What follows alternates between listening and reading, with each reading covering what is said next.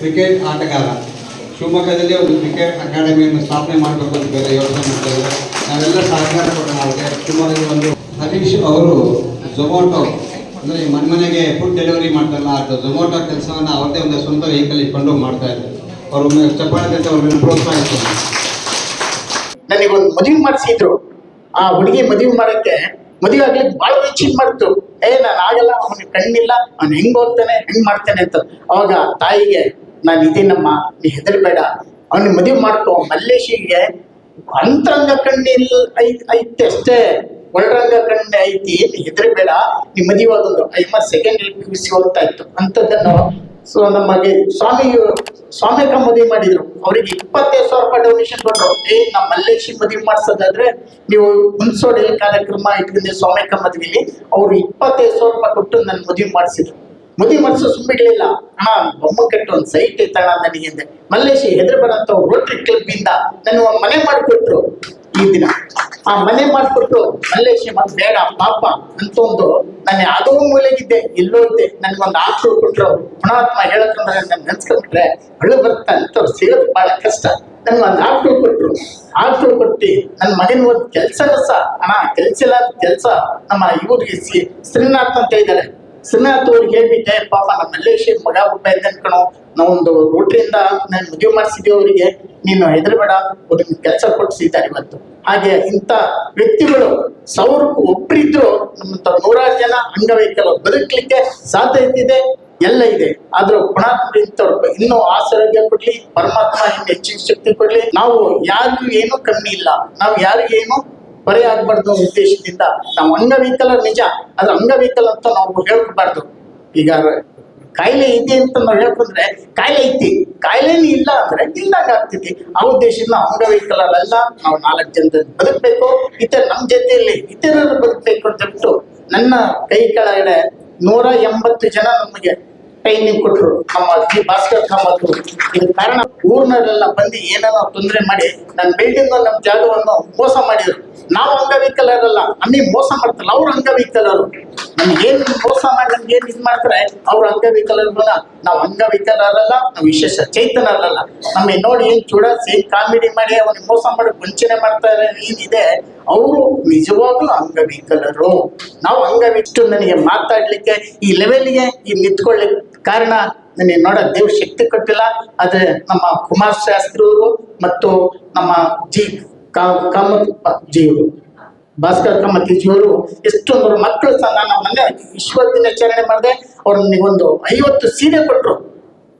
ಮಲ್ಲೇಶಿ ಹೌದು ಅಂತ. ಆಮೇಲೆ ಒಂದಿಷ್ಟು ಐಟಮ್ಸ್ ಕೊಡ್ಸ್ಕೊಟ್ರು ಅಡಿಗೆ ಮಾಡ್ಲಿಕ್ಕೆ. ಅವರು ಎಷ್ಟೊಂದು ನಮ್ಗೆ ಹೇಳಿದ್ರು, ಇದು ಮಾಡ್ತಾರೆ. ಆ ವಿಘ್ನೇಶ್ ಹೆಚ್ಚಿ ಶಕ್ತಿ ಕೊಡ್ಲಿ, ನಮ್ಮಂತ ವಿಶೇಷ ಚೈತನ್ಯರಿಗೆ ಇನ್ನೂ ದಾನ ಧರ್ಮ ಪರೋಪಕಾರ ಮಾಡ್ಲಿ, ಇನ್ನೂ ಧೈರ್ಯ ಕೊಡ್ಲಿ ಪರಮ ಬೇಡ್ಕೊಳ್ತ ಈ ಮಾತಾಡ್ಲಿಕ್ಕೆ ಕೊಟ್ಟಂತ.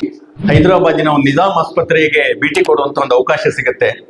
ಅವರು ಆಯ್ಕೆ ಮಾಡ್ಕೊಂಡಿದ್ದು ಅಲ್ಲಿಯ ಪೋಲಿಯೋ ಪೀಡಿತ ಮಕ್ಕಳ ವಾರ್ಡಿಗೆ ಹೋಗ್ಬೇಕು ಅಂತ.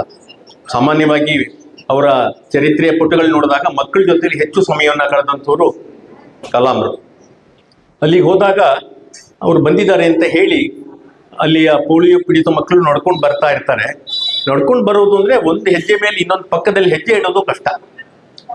ಆಗ ಎಲ್ರಿಗೂ ಅಲ್ಲಿ ಬಂದಂಥ ಪೋಷಕರಿಗೂ ಅನಿಸುತ್ತೆ, ನನ್ನ ಮಗುಗೆ ಯಾಕೆ ಈ ಥರ ಆಯಿತು ದೇವ್ರೆ, ನನ್ನ ಮಗುಗೆ ನೀವು ಈ ಥರ ಪೋಲಿಯೋ ಅವಕಾಶವನ್ನು ಮಾಡಿಕೊಟ್ಬಿಟ್ಟಿಯಲ್ಲ ಅಂತ ಕಣ್ಣೀರು ಹಾಕ್ತಾ ಇರ್ತಾರೆ. ಅವರು ಪೋಷಕರು ಕಣ್ಣೀರು ಹಾಕಿದಾಗ ವ್ಯವಸ್ಥಾಪಕರು, ಶಿಕ್ಷಕರು ಎಲ್ಲರೂ ಕೂಡ ಕಣ್ಣೀರು ಹಾಕ್ತಾರೆ. ಒಂದೊಂದು ಹೆಜ್ಜೆ ಹಾಕಬೇಕಾದ್ರೆ ತುಂಬ ಕಷ್ಟ ಅನಿಸ್ತಾ ಇರುತ್ತೆ. ಯಾಕೆಂದರೆ ಅದಕ್ಕೆ ಕ್ಯಾಲಿಪರ್ಸ್ ಅಂತ ಒಂದು ಹಾಕ್ತಾರೆ ಬ್ಯಾಲೆನ್ಸಿಂಗಿಗೋಸ್ಕರ. ಅದೊಂದು 3.5 kg ಇರುತ್ತೆ. ಅದೊಂದು ಲೋಹದ ಶೂಗಳು, ಅದು ಹಾಕಲೇಬೇಕಾಗತ್ತೆ ಬ್ಯಾಲೆನ್ಸ್ ಮೇಂಟೈನ್ ಮಾಡಲಿಕ್ಕೆ. ಆಮೇಲೆ ಅಲ್ಲಿ ವ್ಯವಸ್ಥಾಪಕರೆಲ್ಲ ಕಾರ್ಯಕ್ರಮ ಆದಮೇಲೆ ಅಬ್ದುಲ್ ಕಲಾಂರ ಹತ್ರ ಕೇಳ್ಕೊಳ್ತಾರೆ, ಈ ಕ್ಯಾಲಿಪರ್ಸಿನ ಭಾರದಿಂದಾಗಿ ಮಕ್ಕಳು ನಡೆಯೋದು ತುಂಬ ಕಷ್ಟ ಅನಿಸ್ತಾ ಇದೆ, ಇದಕ್ಕೇನಾದ್ರು ಪರ್ಯಾಯ ಉಂಟಾ ಅಂತ. ಕಲಾಂರು ತಮ್ಮ ಕಚೇರಿಗೆ ವಾಪಸ್ ಹೋಗ್ತಾ ಇದ್ದಾಗೆ ತಮ್ಮ ತಂಡದ ಜೋಡನೆ ಒಂದು ಸಮಾಲೋಚನೆ ಮಾಡಿ ಇನ್ನೊಂದು ಕ್ಯಾಲಿಪರ್ಸ್ ತಯಾರು ಮಾಡ್ತಾರೆ. ಅವರು ಸೈಜಿಗೆ ತಕ್ಕನಾಗಿ ಅಲ್ಯೂಮಿನಿಯಂ ಅಲಾಯ್, ಈ ಏರೋನಾಟಿಕ್ನಲ್ಲಿ ಇದರಲ್ಲಿ ವಿಮಾನಗಳಲ್ಲಿ ಅದನ್ನು ತಯಾರು ಮಾಡಲಿಕ್ಕೋಸ್ಕರ ಉಪಯೋಗಿಸುವಂತಹ ಲೋಹ ಅಲ್ಯೂಮಿನಿಯಂ ಅಲಾಯ್. ಅದು ಬರೀ 300 ಗ್ರಾಮ್ನಲ್ಲಿ ಒಂದೊಂದು ಕ್ಯಾಲಿಪರ್ಸ್ ತಯಾರು ಮಾಡಿ ತಗೊಂಡು ಬರ್ತಾರೆ. ಆಮೇಲೆ ಆ ಮಕ್ಕಳಿಗೆ ಅದನ್ನು ಹಾಕ್ತಾರೆ.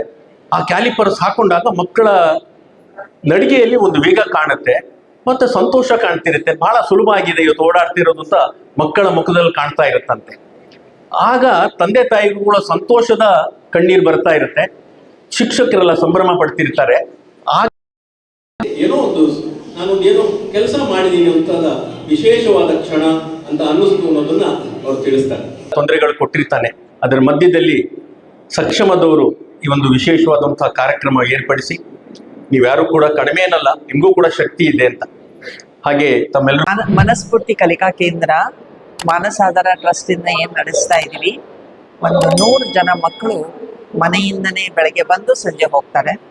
ಅವರಿಗೆ ಸ್ಪೋರ್ಟ್ಸಲ್ಲೂ ಟ್ರೈನಿಂಗ್ ಕೊಡ್ತೀವಿ, ವಿದ್ಯಾಭ್ಯಾಸದಲ್ಲೂ ಟ್ರೈನಿಂಗ್ ಕೊಡ್ತೀವಿ, ಹಾಗೂ ಅವ್ರದ್ದು ಕೈ ಕಾಲು ನ್ಯೂನತೆ ಇದ್ದರೆ ಫಿಸಿಯೋಥೆರಪಿ ಸಹ ಒಂದು ಅವರಿಗೆ ಟ್ರೈನಿಂಗ್ ಕೊಟ್ಟು ಕಳಿಸ್ತೀವಿ. ಈ ಮಕ್ಕಳದ್ದು ಸ್ವಾವಲಂಬ ಆಗೋದೇ ಬಹಳ ಮುಖ್ಯ. ಸಕ್ಷಮ್ ಅವರು ನಮಗೆ ಆ ಸ್ವಾವಲಂಬನ ತರುವಂಥದ್ದು ದಾರಿಯಲ್ಲೇ ಬೇರೆ ಬೇರೆ ಉಪಕರಣ ಎಲ್ಲ ಕೊಟ್ಟು ತುಂಬ ಸಹಾಯ ಮಾಡಿದ್ದಾರೆ. ಇವತ್ತು ಅವ್ರದ್ದು ಫೌಂಡರ್ಸ್ ಡೇ ದಿವಸ ನಮಗೆ ಮತ್ತೆ ಕೆಲವು ಉಪಕರಣ ಎಲ್ಲ ಕೊಟ್ಟಿದ್ದಾರೆ. ನಾವು ಅವರಿಗೆ ಯಾವತ್ತಿಗೂ ಕೃತಜ್ಞರಾಗಿದ್ದೀವಿ. ಧನ್ಯವಾದ.